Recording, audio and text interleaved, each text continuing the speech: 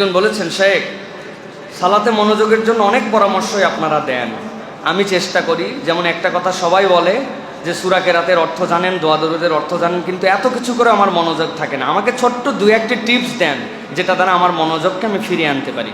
প্রিয় ভাইয়েরা, আমি আপনার জন্য বলবো 3টা কাজ করেন।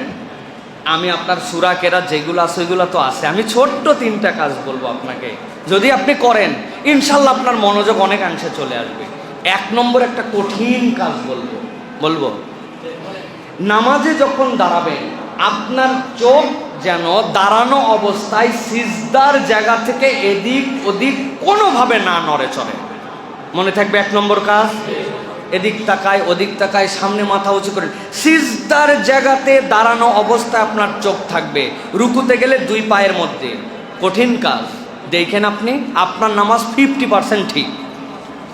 2 নম্বরে, নামাজের মনোযোগ চলে যাচ্ছে, আউযু বিল্লাহি মিনাশ শাইতানির রাজিম, বাম পাশে এরকম মুখ যাবে বুক যাবে না, থু থু থু 3 বার থুতু ফেলার ইশারা করবেন নামাজের মধ্যে, জীবনেও করেন নাই অথচ শয়তান ধোঁকা দেয়। মনে থাকবে 2 নম্বর কাজ। 3 নম্বর, রুকু এবং সিজদায় 7 তাসবিহ করবেন, 7 তাসবির নিচে রুকু সিজদা করবেন না। বাকি যেইগুলো আছে এই 3টা করে আমার রিপোর্ট জানায়েন, ইনশাআল্লাহ আপনার নামাজের মনোযোগ বাড়ায় দিবে আল্লাহ, ইনশাআল্লাহ।